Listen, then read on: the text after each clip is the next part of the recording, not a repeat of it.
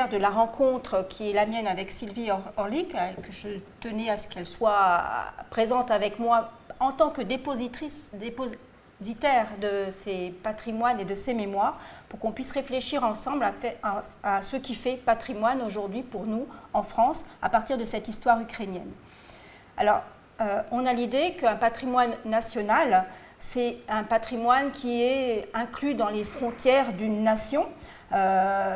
Et donc, quand on parle de patrimoine ukrainien menacé actuellement, on a l'impression que cela ne concerne qu'un territoire, le territoire de l'Ukraine. Mais pour l'anthropologue que je suis, le lien entre territoire et patrimoine est bien plus complexe qu'il ne le semble de prime abord. Tout d'abord, il suffit de penser à la notion de patrimoine mondial, où on voit bien qu'un patrimoine peut faire sens pour des personnes au-delà des frontières des États, depuis la Convention de 1972 de l'UNESCO, mais aussi avec la notion de patrimoine culturel immatériel, telle qu'elle a été apportée par la Convention de 2003, on peut envisager aussi la portée transnationale d'un patrimoine indépendamment des territoires. Alors, les destructions de patrimoine dans un lieu circonscrit, en fait, affectent bien plus largement une communauté internationale. Mais ce concernement des États en faveur de patrimoines nationaux va bien au-delà du cas de l'Ukraine, et l'Ukraine est particulièrement révélateur de cette situation actuellement. Donc, dans cette présentation, je voudrais dans un premier temps revenir sur les conditions qui font qu'un patrimoine peut se déployer de manière bien plus complexe que la simple reconnaissance nationale peut l'envisager. Et dans un second temps, avec Sylvie, nous ferons un focus sur quelques éléments du patrimoine ukrainien présent en France et l'importance de leur sauvegarde. Donc, le territoire du patrimoine national peut être d'emblée envisagé comme un patrimoine qui peut concerner plusieurs États, et depuis les travaux fondateurs de l'historien Pierre Nora, la diffusion de la notion de lieu de mémoire s'est largement diffusée, et en 1995, le géographe Guy Diméo soulignait, citant les travaux de Jean-Michel Legnaud, que comme le territoire, le patrimoine n'existe pas en soi. Donc, il faut rappeler ce fait que l'on peut avoir tendance à oublier, c'est que n'importe quel patrimoine, quel qu'il soit, n'existe qu'à partir du moment où une communauté, un groupe, le repère en tant que tel. Le patrimoine n'existe pas d'emblée, il le devient. Donc, cette idée a amené aussi à envisager, sous l'impulsion d'autres historiens tels que Jacques Le Goff, d'envisager qu'il puisse y avoir un lien entre patrimoine et identité qui se déploierait souvent sous une échelle territoriale. Donc le patrimoine serait à l'image des identités et des territoires dans lesquels ils sont.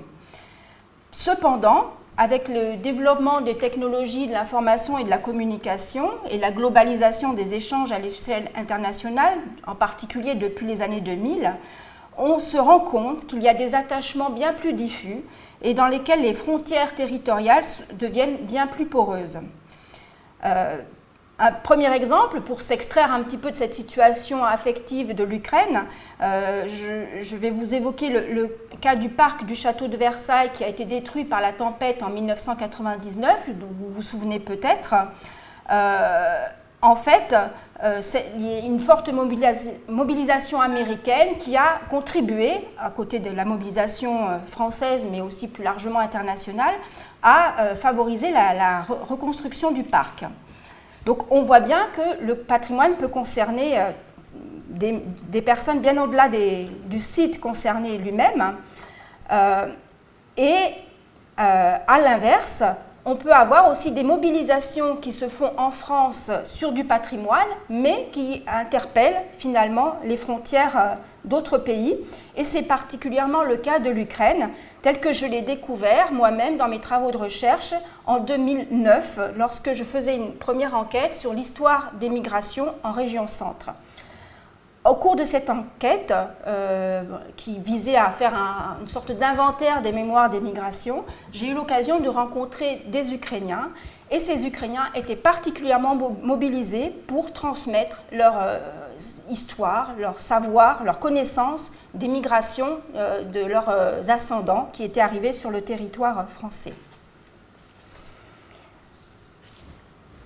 Alors, cette petite communauté ukrainienne locale située dans le Montargois est aujourd'hui constituée de relativement peu de familles en fait, qui sont héritières de migrants qui sont arrivés d'Ukraine à partir des années 1920 jusque dans les années 1950, mais qui est particulièrement active. Aux côtés de ces Ukrainiens, il y a un véritable engagement en faveur de la sauvegarde des mémoires et du patrimoine. En 2009, lorsque je commençais mon enquête, un Ukrainien me disait « Il faut absolument que tu rencontres ma mère ». Sa mère était une des rares dernières en fait, à avoir fait le périple depuis l'Ukraine pour arriver en France et il voulait absolument que son témoignage puisse rester.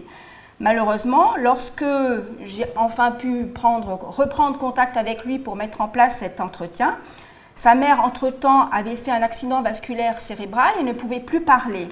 Donc le témoignage n'était plus possible. Mais loin d'arrêter toutes les velléités de sauvegarde, ce genre de situation a en fait fait que raviver l'urgence qu'il y avait à conserver la mémoire de ces derniers migrants qui devenaient des témoins très rares.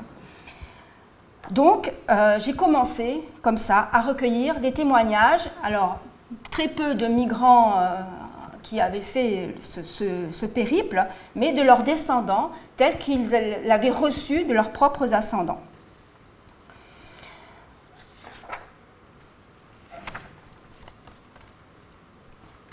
Ces récits des migrations tels qu'ils m'étaient restitués avaient un terreau commun. Ils étaient tragiques, ils alliaient des composantes dignes du roman d'espionnage sur un fond de misère économique, de lutte politique, mais aussi de génocide.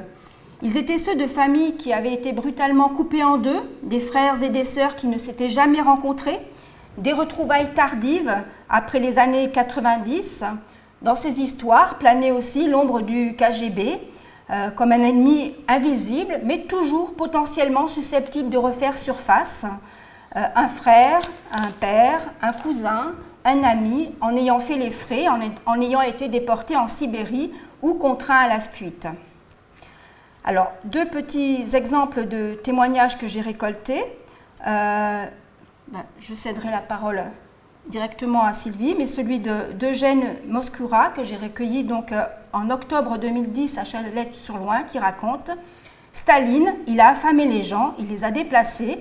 C'est comme ça que ma mère est partie. Ma mère, elle me disait, ils avaient tellement faim, les nouveau-nés, ils les mangeaient. La famine était telle qu'ils étaient devenus anthropophages. Ma mère était de 1910. Elle a dû partir après les purges de Staline. Après avoir été déplacés, les gens ne savaient pas où aller. Je pense qu'ils ont été du côté de la Pologne. Elle avait 18 ans ou 19 ans. Elle était toute seule. Il fallait qu'ils partent. Ils n'avaient plus rien, donc elle est partie dans les fermes. Je ne sais pas par où elle est passée.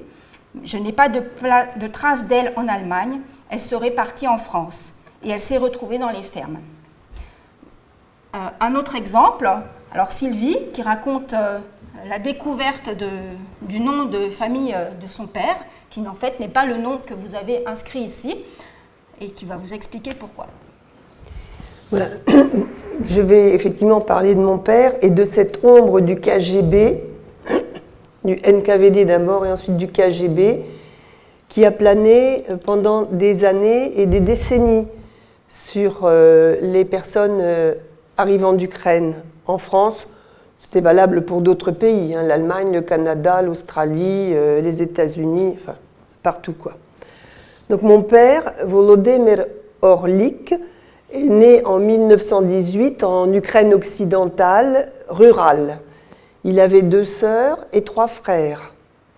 À l'école communale, il a eu la chance d'apprendre à lire et à écrire, ce qui n'était pas donné à tout le monde.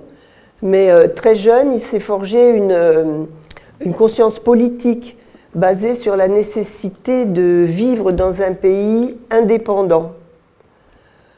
Or, chacun sait que depuis les années 1920, la Russie a contraint nombre de ses voisins à s'intégrer dans l'URSS. et que tous les moyens étaient bons pour vaincre la résistance des populations et des opposants. Donc, pour en revenir à Volodymyr Orlik, avant et pendant la Seconde Guerre mondiale, il s'est engagé dans la résistance ukrainienne et il a combattu l'oppression de la Russie soviétique, arme au poing et au péril de sa vie, en mettant en danger d'ailleurs la vie de ses frères.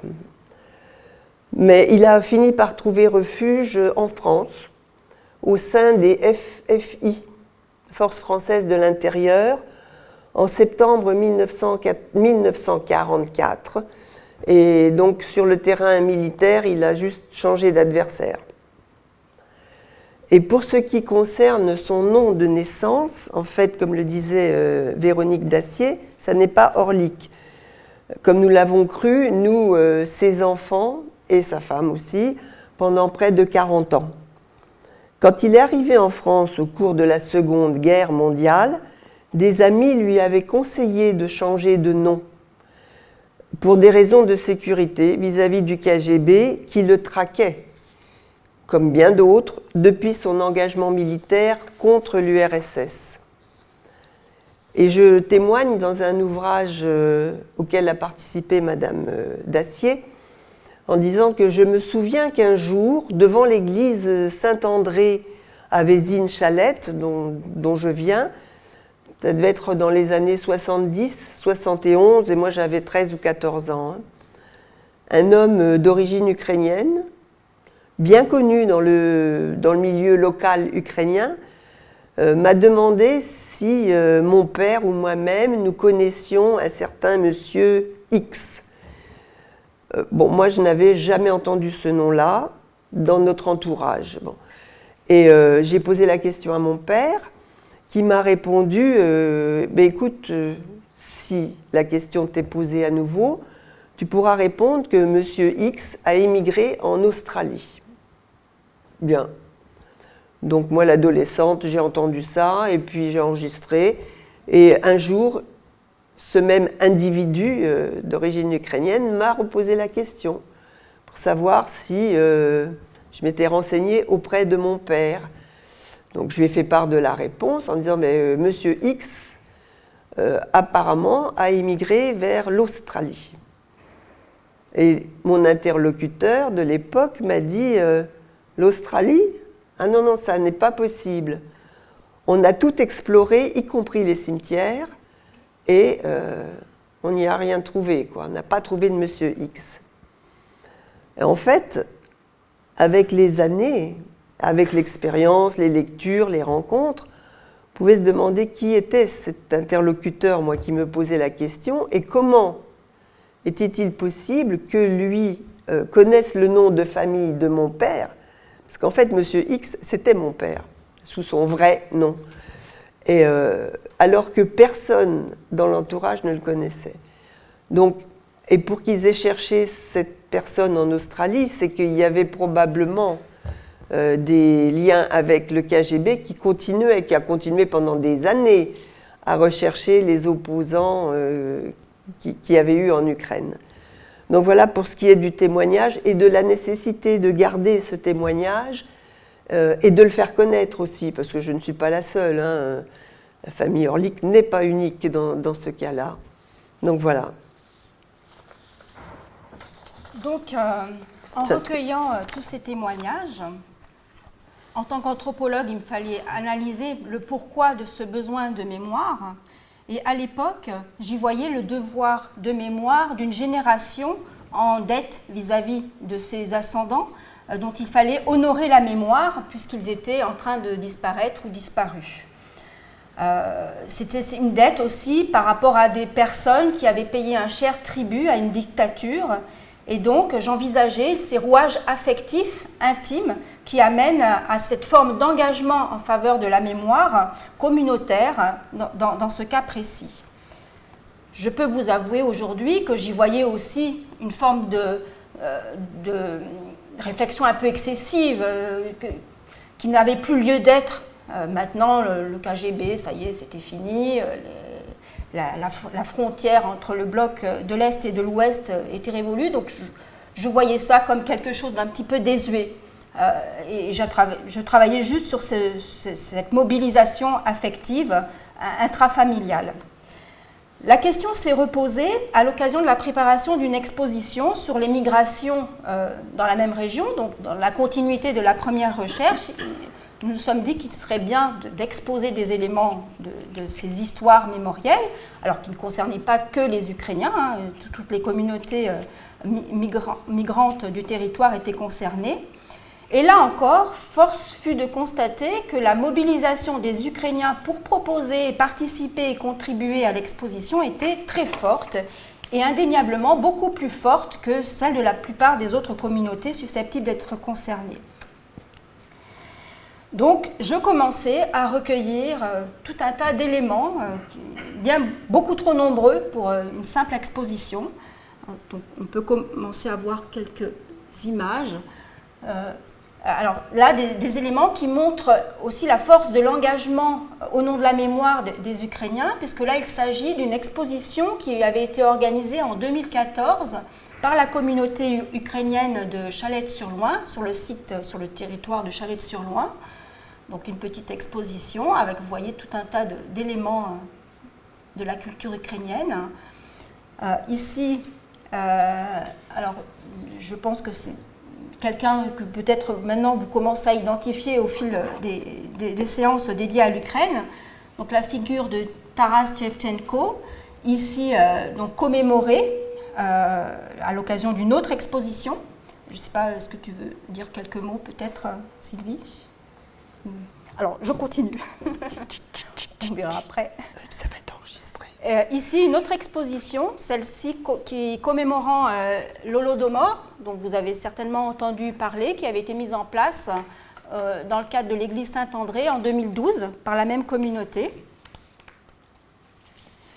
Et vous voyez des documents familiaux, des papiers de famille qui commençaient à être apportés, ressortis des boîtes à archives, du fond des armoires, pour témoigner de cette venue des Ukrainiens en France, y compris pour certains à travers des documents d'identité polonais, puisque le découpage des frontières de l'Ukraine ayant beaucoup bougé, certains sont arrivés aussi avec des cartes d'identité polonaises, des photos de famille. Un des plus anciens passeports ukrainiens d'une famille de Chalette. Voilà. Donc, tout un tas de documents qui m'étaient montrés comme des éléments importants à conserver et dont, je vous avoue, je ne savais pas trop quoi faire moi-même. En fouillant aussi dans les archives municipales de la ville, on retrouvait aussi des photos, telles que celle-ci. Alors, des photos, des documents qui ne sont absolument pas renseignés, donc je ne peux pas vous dire avec certitude l'année dont il s'agit, ni même des personnes qui sont sur les photos, mais vraisemblablement celle d'une troupe de danseurs qui a été assez connue, même à l'échelle nationale, pendant les années 80, 70, 80. Oui. Corrige si je fais une erreur. Même européenne. À l'échelle européenne. Oui. Donc les ballets des Cosaques Zaporog, donc issus de Chalette-sur-Loing, et là que vous voyez dans la ville de Chalette. Mais aussi une continuité de ces pratiques avec des photos là que j'ai prises moi-même. Donc en haut, celle d'un binôme de danseurs slavas pris en 2011 à l'occasion d'une fête de village. Et la troupe des ballets opaques en 2009 à l'occasion de la fête du festival organisé par la ville de Chalette-sur-Loing. Ma ville est un monde.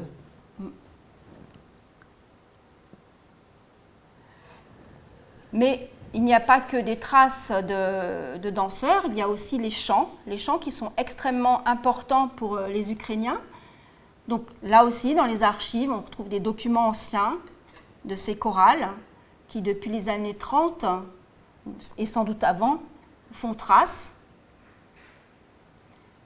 Et quand je menais mon enquête, la chorale Kobzar, qui était à l'époque toujours active, et qui a entre-temps arrêté de chanter, mais se remet à chanter un petit peu, à la faveur des événements actuels, car très sollicité pour se produire à nouveau.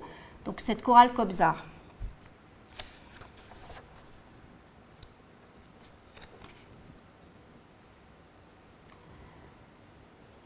Donc cette figure du poète Taras Shevchenko, tous les Ukrainiens la connaissent. Peut-être que si vous avez assisté au précédent forum, vous savez de qui il s'agit.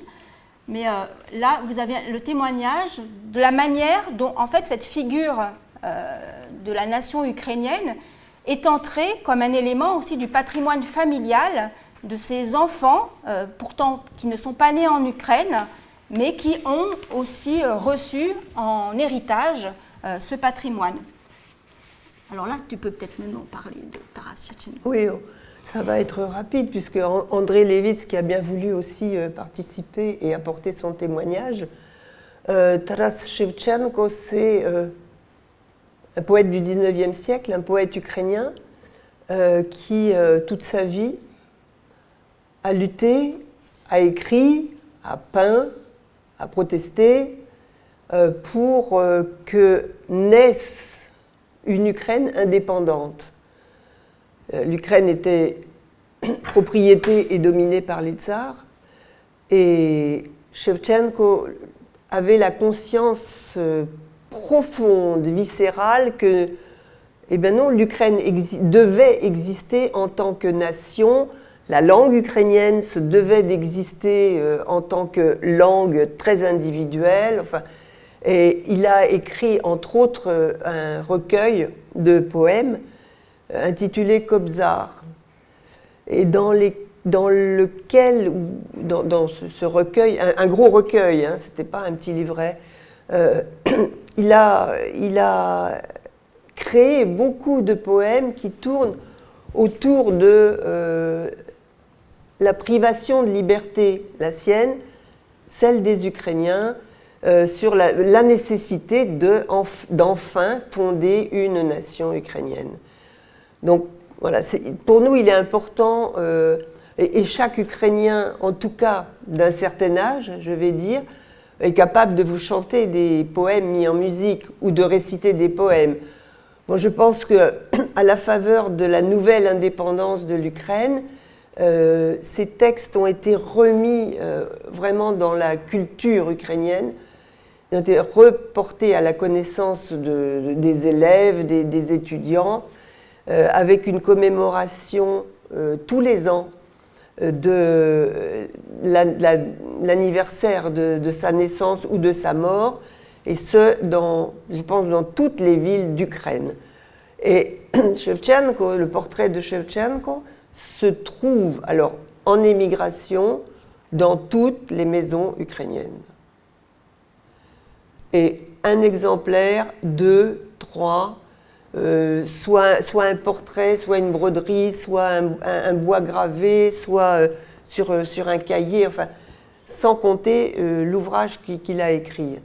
Et donc, effectivement, il est important, et vraiment dans le sens où il a impulsé la prise de conscience de la nation ukrainienne. Et à Chalette, nous avons un buste, il y a un square Shevchenko, et dans ce square Shevchenko, qui a été voulu par la mairie de Chalette, il y a aussi un buste de Shevchenko autour duquel on se réunit au moins une fois par an, soit à l'occasion de son anniversaire, soit pour d'autres raisons, parce que c'est quand même un point assez central pour la préservation de ce qui a été l'Ukraine à Chalette, je dirais.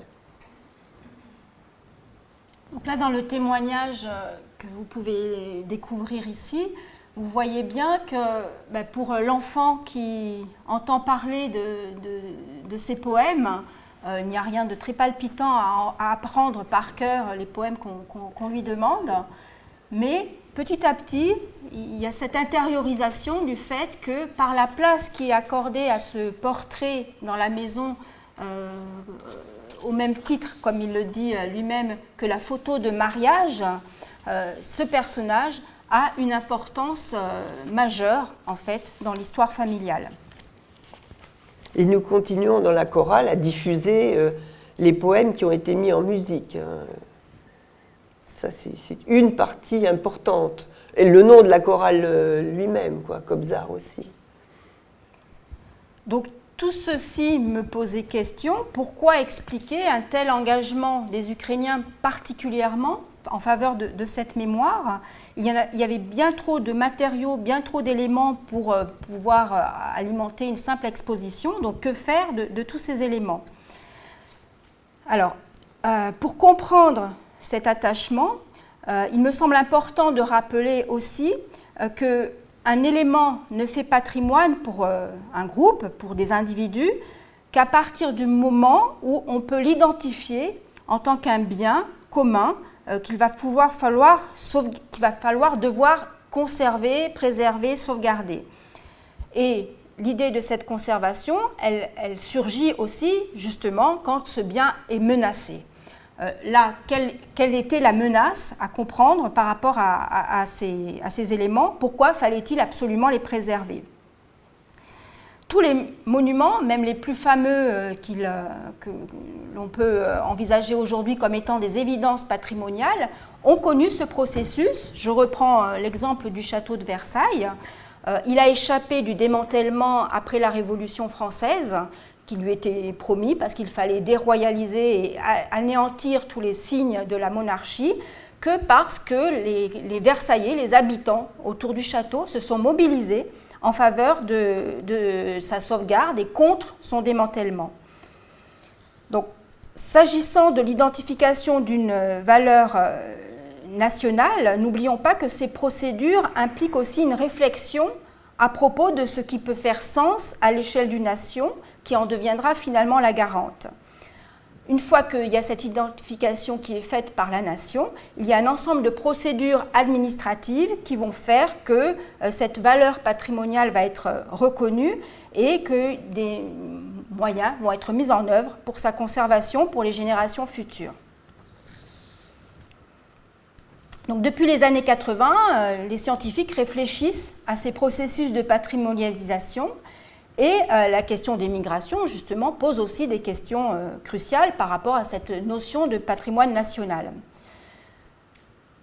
Donc, tous ces débats aussi posent en arrière-plan tous les débats qu'il y a pu y avoir sur la notion d'identité nationale et qui ont conduit à mettre sur le devant de la scène patrimoniale la reconnaissance d'éléments du patrimoine comme un outil aussi de pacification entre des groupes porteurs de mémoire qui peuvent par ailleurs être conflictuelle. Et la création de la Cité nationale de l'histoire de l'immigration s'est inscrite dans ce processus de reconnaissance comme une politique de reconnaissance au nom de la pacification mémorielle. Donc, cependant, les revendications patrimoniales, comme je vous le disais tout à l'heure, de la part de communautés arrivées sur le territoire français sont assez rares. Et si la plupart des personnes qui ont été rencontrées au cours de la préparation de l'exposition dont je vous ai parlé étaient d'accord pour y participer et y contribuer, c'était le plus souvent à titre individuel, au nom de l'interconnaissance, mais pas au nom d'une communauté nationale en arrière-plan. D'où mon interrogation, pourquoi, s'agissant des Ukrainiens, il y avait cette revendication en fait, d'une mémoire proprement ukrainienne et qui dépassait largement l'horizon familial dans le cadre de cette sollicitation. Pour le comprendre, peut-être que le contexte historique de préparation de cette exposition peut nous aider à mieux le saisir, puisque cette exposition était préparée en 2014 et qu'au moment où on préparait l'exposition, l'actualité internationale était nourrie d'autres événements à l'échelle internationale, puisque c'était la période de l'invasion, enfin, de la contestation des frontières de la Crimée, et donc l'Ukraine était à nouveau sur le devant de la scène médiatique au niveau international. Ceci m'est apparu aussi à la faveur du constat qu'une autre communauté aussi se mobilisait au nom d'un patrimoine national dans une région française. Il s'agissait de familles d'origine espagnole, donc concernés au nom d'un patrimoine d'émigration espagnole et non pas d'un patrimoine familial. Et au même moment, il se trouve qu'en 2014 aussi, de manière peut-être plus silencieuse, la Catalogne lançait son premier référendum pour l'indépendance au mois de novembre de la même année. Donc à partir du moment, enfin, on retrouve cette double situation, à partir du moment où le territoire national que l'on a pourtant quitté, auquel on n'appartient pas et dont on ne fait plus partie, est contesté dans ses frontières, il y a cette sorte de réaction à la sauvegarde de ce patrimoine national. Donc la patrimonialisation d'une mémoire devenait un impératif pour celles et ceux dont les frontières des pays d'origine étaient remises en cause sur la scène internationale, et il n'était donc pas tant question de faire reconnaître leur communauté par la France, ce n'est pas l'enjeu, contrairement à ce que l'on pourrait penser, mais d'affirmer l'existence d'un territoire dont l'anthropologue Jean-Luc Bognol dit qu'il serait en mal d'achèvement, donc ce territoire qui n'arrive pas à être reconnu pleinement dans ses frontières. Et évidemment, l'exemple de l'Ukraine aujourd'hui en est un exemple saillant, et cela depuis, en fait, finalement, la fin du XIXe siècle. Alors, pour comprendre, peut-être, on ne vous l'a pas expliqué, mais cette installation des Ukrainiens sur ce site particulier du Montargois dans le Gâtinais, il faut peut-être expliquer quelques éléments de contexte. Il s'agit d'une ville industrielle, un des premiers sites industriels en France, puisque la famille Hutchinson y a fait implanter dès les années 1854 sa première usine de caoutchouc. Et donc, dans ce sillage, il y a eu évidemment besoin de main-d'œuvre, et donc appel à une main-d'œuvre d'origine étrangère. Donc c'est pour ça que sur ce territoire, il y a des migrations de personnes qui viennent au gré, je dirais, de l'actualité internationale un petit peu partout dans le monde.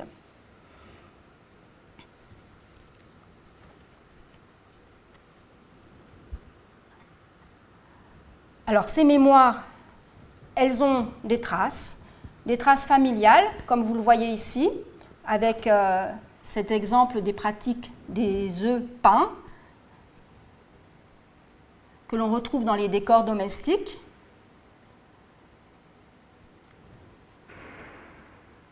Avec aussi ce témoignage qui dissocie deux pratiques d'œufs peints à la maison, donc les pissenki, qui sont ces œufs extrêmement travaillés, qui sont vidés de leur substance et que l'on va travailler avec un matériel, c'est un travail assez complexe avec de la cire, un peu, je pense, comme le batik en fait, qui finalement n'est que très peu pratiqué, rarement pratiqué, mais dans toutes les familles ukrainiennes aujourd'hui, en France, la tradition des krasanki, alors je prononce peut-être pas bien. Allez, ça va. Ça va. Krasanki, oui.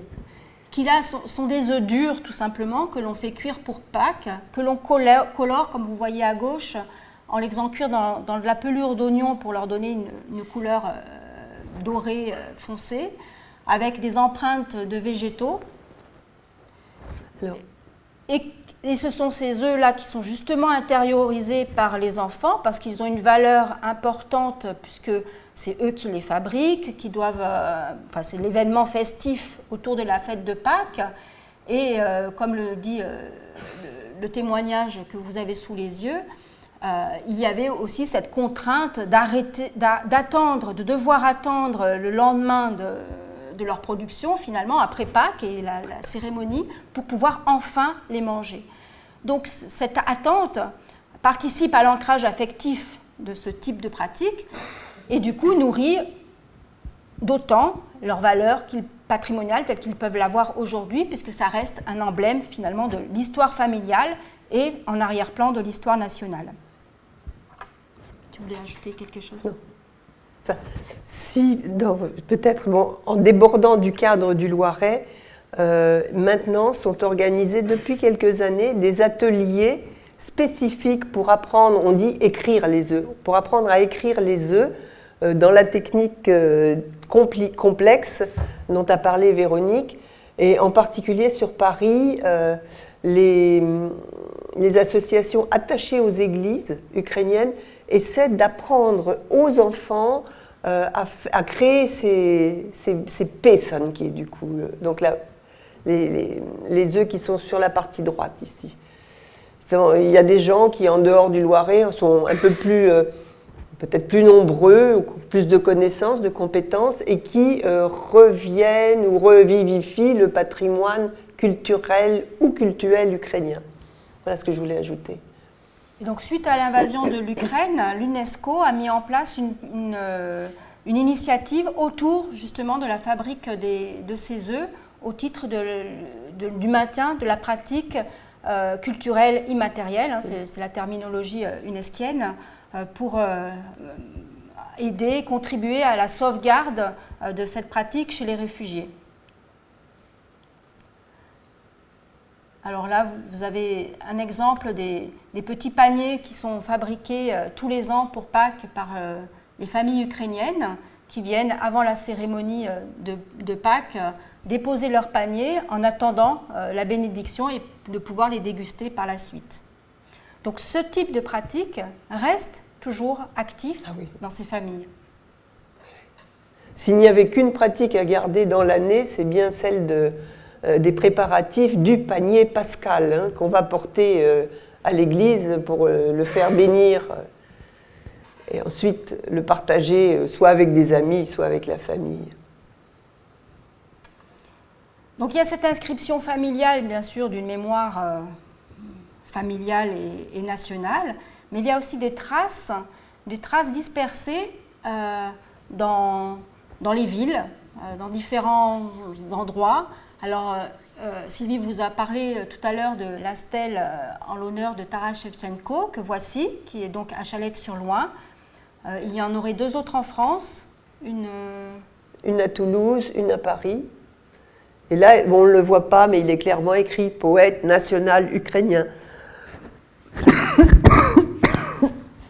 Il y a aussi des stèles dans les cimetières, comme ici au cimetière de Chalette-sur-Loing, mais il y en a également à Sarcelles. Celle de Sarcelles est différente, quoi. Oui, c'est...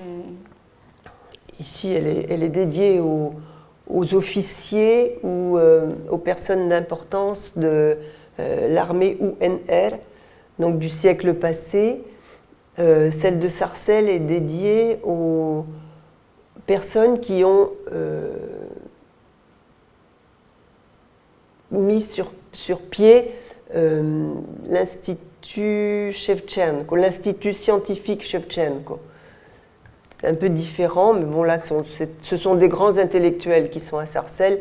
Là, à Chalette, nous honorons plutôt les militaires, les cadres militaires. Et vous voyez donc des monuments qui sont aussi visités, hein, qui sont fréquentés, que l'on vient voir en commémoration des événements passés. Et en particulier un événement crucial de l'histoire de l'Ukraine, c'est celui de l'Holodomor, donc ce génocide stalinien qui a conduit à un véritable génocide de la population ukrainienne, et qui, paradoxalement, en tant qu'élément commémoratif, contribue finalement à sceller d'autant plus la communauté ukrainienne. Je m'explique, il y a des personnes qui sont arrivées en France, que j'ai rencontrées à un moment donné, et qui sont arrivées pour des raisons très diverses, des raisons économiques, des raisons politiques, pour des différentes situations. Et finalement, à partir du moment où le travail de mémoire s'est fait autour de l'Holodomor, la raison politique est venue rejoindre la raison économique, puisque c'est dans l'analyse qui en est faite maintenant, clairement l'attitude du gouvernement soviétique qui a conduit à la famine qui a été organisée en Ukraine. Donc finalement, au lieu de... paradoxalement, ce type de commémoration et de génocide finalement conduit à raviver d'autant plus le patriotisme ukrainien. D'autres monuments, comme ici sur la commune de Chalette-sur-Loing également une église orthodoxe ukrainienne. Décrépit. Alors, oui, dans un état de conservation qui peut poser question, du fait de la raréfaction des Ukrainiens au niveau local, il y a de moins en moins de pratiques du culte, de moins en moins de moyens. Il n'y a plus de curé sur place, il faut en faire venir un, donc il ne vient pas tout le temps, il vient, je ne sais plus, pour les grands événements et voilà. Et les obsèques. Voilà, et les obsèques. Donc là, vous voyez l'intérieur de l'église. Une autre église ukrainienne, alors sur une commune qui jouxte celle de Chalette-sur-Loing, elles sont à quoi, 2 km de distance peut-être? À peine. À peine. Donc, mais celle-ci dédiée au culte gréco-catholique.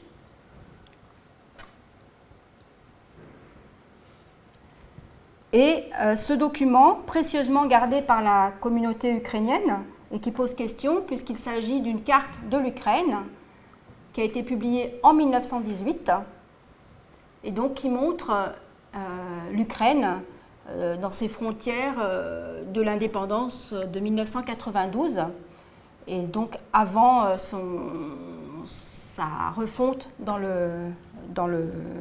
l'univers soviétique.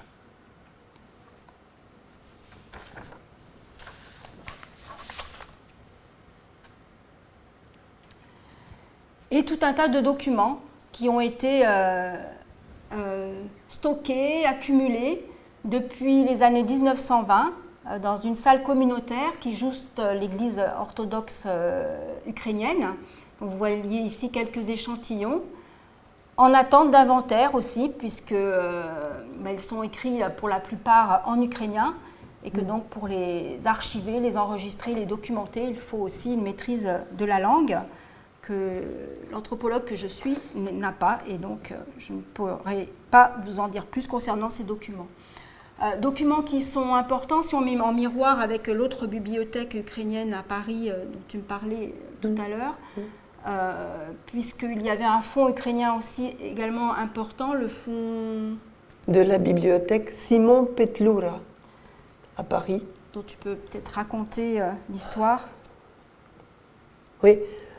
Cette bibliothèque a été constituée, Simon Petlura à Paris, la bibliothèque ukrainienne a été constituée en 1926 et par des intellectuels qui étaient à Paris, et notamment aussi par Simon Petlura qui a été un des présidents, enfin non, il a été constitué en mémoire de Simon Petlura qui a été un des présidents de la première République indépendante d'Ukraine. Il a été assassiné à Paris, mais en sa mémoire a été créé ce fonds bibliothécaire qui, au fil des années, s'est étoffé vraiment beaucoup, mais qui a été pillé en 1940, je crois, par les Allemands au moment où ils occupaient Paris. Ils avaient l'impression d'être tombés sur quelque chose qui peut-être leur permettrait d'avancer en Ukraine ou au moment où ils ont voulu occuper l'Ukraine, je ne sais pas. Mais donc ils ont intégralement pris tout ce qui existait dans cette bibliothèque, y compris les archives militaires de Simon Petlura, y compris des archives d'associations d'anciens combattants, les cartes, les objets ayant appartenu à Simon Petlura, les livres, il y avait des brochures, il y avait des journaux, tout a été emporté. Alors, on peut lire que ça représentait plus d'une centaine de caisses, mais bon, est-ce que ce sont des caisses d'1 mètre cube ou de 50, je ne sais pas. Bon. Et puis, donc voilà, tout a disparu de ce qui avait été patiemment, comme c'est pas facile à l'étranger quand même d'avoir comme ça un fonds documentaire, une bibliothèque. Et dans les années 1990, une partie de ces archives, de ces documents, ont été retrouvés dans des archives à Moscou par une chercheuse des États-Unis. Donc la bibliothèque Simon Petlura s'étant reconstituée petit à petit après la Deuxième Guerre mondiale, sa directrice a essayé d'obtenir la restitution de ce qui avait été spolié et qui se trouvait à Moscou. Alors déjà à l'époque, c'était inenvisageable et inenvisagé par les archives qui étaient à Moscou. Maintenant, il est hors de question qu'on puisse un jour les récupérer. Alors la bibliothèque de Paris avait voulu quand même équiper autant que possible quelques autres centres en France, et notamment elle avait fait don de quelques ouvrages, quand même des centaines même d'ouvrages, à la bibliothèque de Chalais-de-Vésine. Donc du coup, nous sommes un peu une de ses filiales. Et avec 1400 ouvrages, à l'époque où s'est arrêtée la vraie vie de la bibliothèque de Chalette-sur-Loing, elle s'est arrêtée faute de lecteurs en ukrainien. Voilà. On a tous fini par les accompagner dans les divers cimetières locaux. Et donc les livres sont encore là. Peut-être on arrivera à intéresser au moins quelqu'un qui serait arrivé d'Ukraine. Mais vu ce qui se passe actuellement dans certaines bibliothèques ou certains musées en Ukraine, pour le moment, on a arrêté notre idée qui était d'envoyer tous ces livres qui ne sont plus utilisés ici, les envoyer en Ukraine pour consolider les fonds qui existaient. Et pour le moment, on arrête tous avec cette idée-là, parce qu'on a vu qu'il y a des bibliothèques qui sont complètement bombardées, démolies, brûlées. Il y a des fonds d'archives également qui ont été brûlés, détruits, pendant ces 3-4 mois de guerre, hein, simplement. Alors si ça continue, mieux vaut pour le moment laisser tout ça en diaspora, à l'étranger, quoi. Et pour terminer, je voulais évoquer brièvement l'exemple de la chorale Kobzar, donc qui est une des nombreuses chorales qui a existé sur ce même territoire depuis. Alors cette chorale aurait été créée en 1934. Elle a été constituée en association en 1973. Et depuis, elle conserve un patrimoine de chants ukrainiens considérable, qui sont transmis de chanteur en chanteur, de génération en génération. La dernière photographie que vous voyez là, prise en 2016, est une des dernières représentations de la chorale, puisqu'elle s'est interrompue peu après, faute de chef de chœur, et donc elle ne pouvait plus répéter. Alors, il y aurait à peu près 3500 partitions présentes sur ce site. Alors, l'origine de ce répertoire s'accompagne d'un légendaire. On dit qu'un musicien serait arrivé avec ses partitions dans sa valise. On dit aussi qu'il les aurait enregistrées par cœur dans sa tête et les aurait retranscrits en arrivant. Selon son fils, l'histoire est un peu moins paradisiaque. Ce fonds ayant été reconstitué finalement petit à petit au gré des importations de partitions au sein de la diaspora ukrainienne à l'échelle internationale.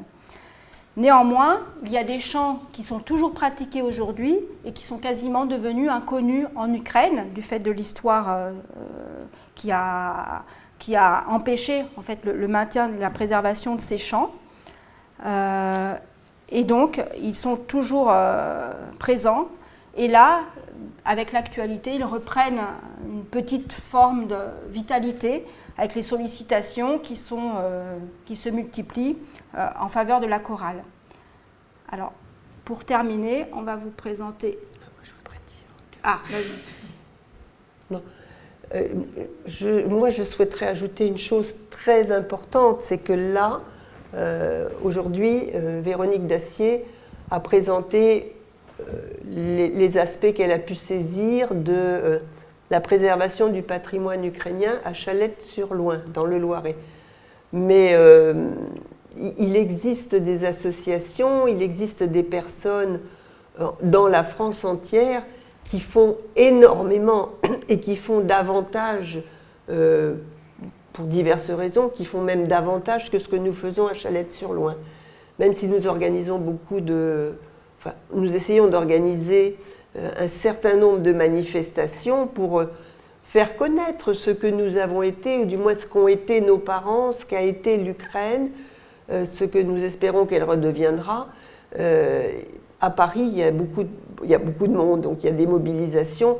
Dans le nord de la France, moi je voudrais signaler Christine Kohut, qui a créé un site internet qui s'appelle Ukraine Mémoire, et qui a réussi à collecter un petit peu partout en France des témoignages de ce qu'est ou ce qu'a été la vie en France pour les Ukrainiens. Et elle organise des expositions, elle en a fait une fabuleuse. Bon, c'était à Lille, en période de Covid.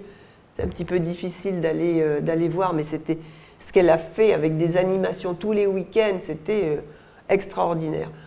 Sur Lyon, je pense que tu voulais peut-être le dire aussi, Véronique, sur Lyon, on a 2-3 personnes qui se sont mobilisées depuis des années pour dénoncer le Holodomor qui a été évoqué. Donc c'est la famine artificielle organisée dans l'hiver 1932-1933 par le gouvernement soviétique, Staline à sa tête, pour asservir la nation ukrainienne, en particulier la nation rurale ukrainienne, qui ne voulait pas rentrer dans les kolkhozes et sovkhozes. Donc la solution finale qu'il a mise en place a été d'affamer la ruralité, les gens des campagnes, en particulier dans la moitié de l'Ukraine, en particulier dans l'est de l'Ukraine. Et une fois qu'il a réussi à faire mourir 6, 7, 8 millions, là les historiens ne sont pas d'accord sur le chiffre, d'Ukrainiens, il les a remplacés par des gens qui venaient de la lointaine Russie, qui ont fait racine dans ces régions, et qui font que maintenant, au XXIe siècle, les Ukrainiens de ces régions ne savent pas parler la langue ukrainienne, par exemple, parce qu'ils sont arrivés avec leur langue de naissance, qui était le russe. Et quand on entend des témoignages à l'heure actuelle, quand on rencontre des réfugiés, on s'aperçoit que bientôt 30 ans après, enfin 90 ans après, les conséquences se font encore sentir. Non seulement tous ces Ukrainiens qui ont été tués, mais le repeuplement par d'autres personnes, à qui il ne faut pas enlever le fait qu'ils se battent bec et ongles et jusqu'au bout de leur dernier souffle pour préserver l'unité territoriale de l'Ukraine actuellement. Mais voilà, des manipulations comme ça. Donc ça, c'était Ukraine 33 à Lyon. En Normandie, il y a aussi des gens qui ont écrit. Il y a des témoignages, il y a des livres qui racontent un petit peu tout ça. Jean-Bernard Dupont-Melnitschenko. Enfin, il y a quand même beaucoup de choses qui se font. Bon, alors, peut-être les gens qui s'y attellent ont plus de compétences que nous sur Chalette-sur-Loing, c'est bien possible.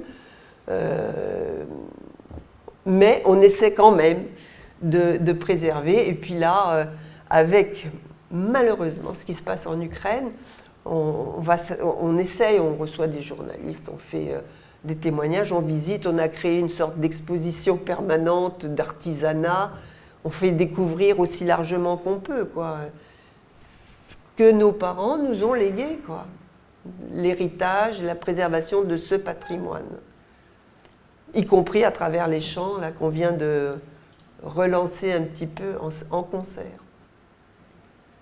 Voilà, merci de m'avoir laissé la parole. Donc, l'idée, c'est de se dire que finalement, ce patrimoine ukrainien, il concerne aussi, d'une manière autre, la France aujourd'hui, avec l'idée, qu'est-ce qu'on fait de tout ça, à quoi ça sert, pourquoi conserver, etc.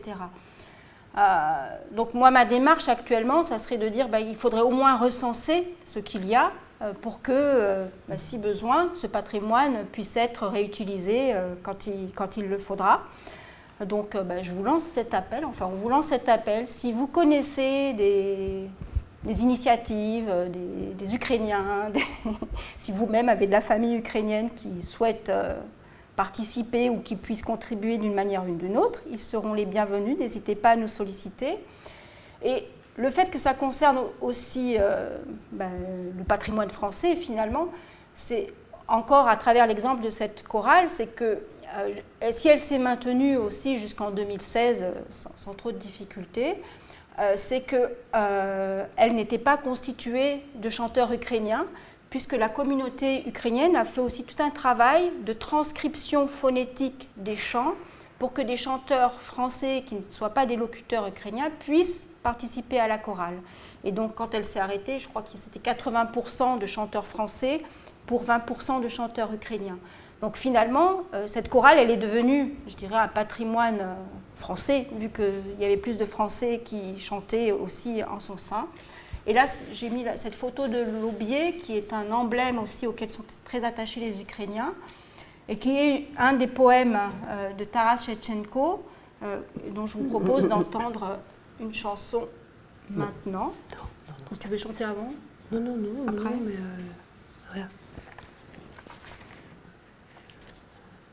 Donc, dans toutes les partitions qu'a évoquées Véronique Dacier tout à l'heure, nous en avons qui sont en lien avec l'histoire avec un grand H.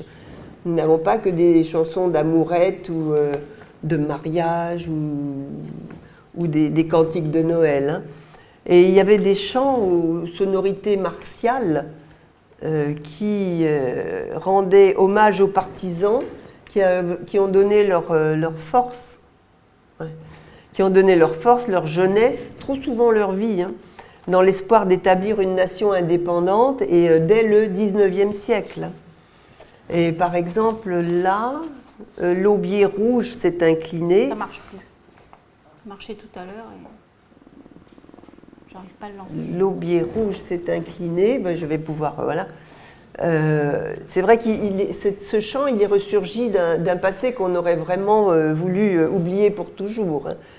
Mais ici, comme en Ukraine et comme partout où vivent des Ukrainiens, en dehors des frontières nationales, ce Oi u luzi czerwona kalina, c'est le titre ukrainien, vient de refaire surface. Il faut cliquer sur l'icône et puis ensuite chercher le fichier. C'est celui-là. Oui. Ça, je l'ai fait plusieurs fois, ça marche pas. Voilà. Et ce chant, il s'est imposé aux toutes jeunes générations qui vivent même maintenant en Ukraine, parce qu'ils ne connaissaient pas. Hein. Alors que nous, il est depuis toujours inscrit, enfin, c'est nos parents, voire nos grands-parents qui l'ont fait traverser les frontières et qui l'ont chanté, nous ont appris à le chanter. Hein. Donc dans la chorale, depuis toujours, quoi, on l'a chanté.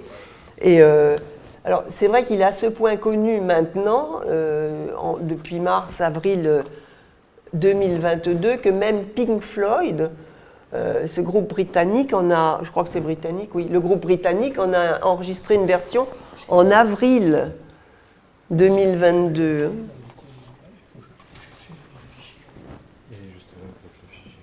Oui, mais il n'arrive pas à la liaison entre les deux. D'accord. Oui, dans Média, l'autre, oui. Ah, donc pas trop fort. Donc les paroles moins fort, un peu moins fort, voilà. Au début en tout cas. Les paroles disent ceci: dans la prairie, l'aubier. C'est bon, tu peux y aller. Hein. On va la mettre en fond. Oui, vas-y en fond. Vite, parce que j'en ai pas pour l'autre.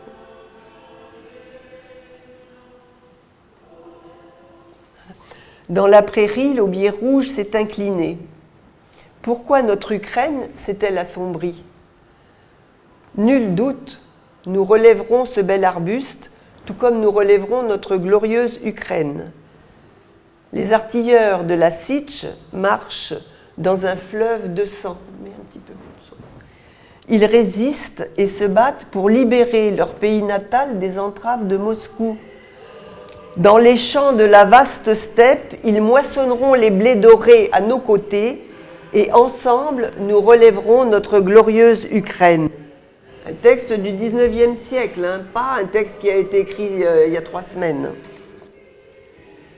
Mais qui, du coup, est repris actuellement, vous l'avez peut-être entendu, comme un chant patriotique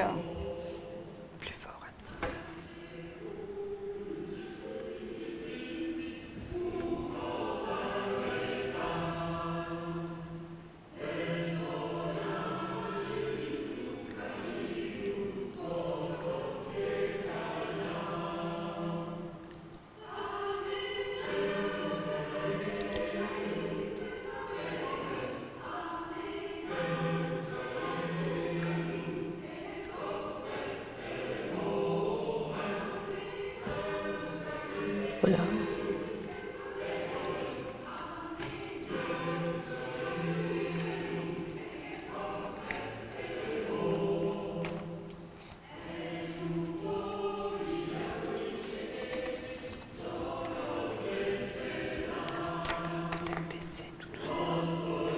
Je vais lire là, ça.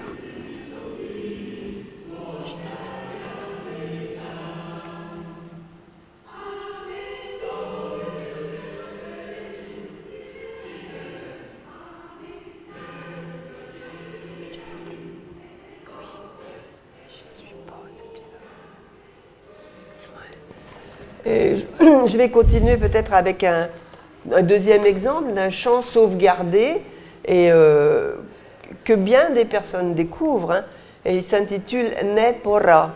Et dans ce chant écrit en 1880, l'auteur Ivan Franko utilise le terme générique moskal qui désigne à l'origine le moscovite, l'habitant de Moscou, et ici de façon péjorative les Russes. Il dit ceci, ce n'est pas le 1880, ça n'est pas le moment de servir le moskal. De nouveau, le mal ancien renaît en Ukraine. Il est grand temps pour nous de vivre pour l'Ukraine. Ça n'est pas le moment de faire entrer la discorde dans notre maison natale. Unissons-nous sous le drapeau ukrainien et que nos querelles disparaissent. Voilà de quoi il est grand temps. Dans la lutte tenace et difficile, nous tomberons, ô terre natale, pour te rendre la liberté, le bonheur et l'honneur. Voilà, c'est des choses comme ça qu'on trouve dans nos vieux manuscrits, hein, parce qu'on a en plus on a des vieilles partitions, des vieux cahiers qui ont été patiemment écrits. Donc c'est un patrimoine. Alors on n'est pas les seuls non plus en France à attacher. Ça parle plus ? On n'est pas les seuls non plus en France à s'attacher à maintenir et faire connaître ce répertoire.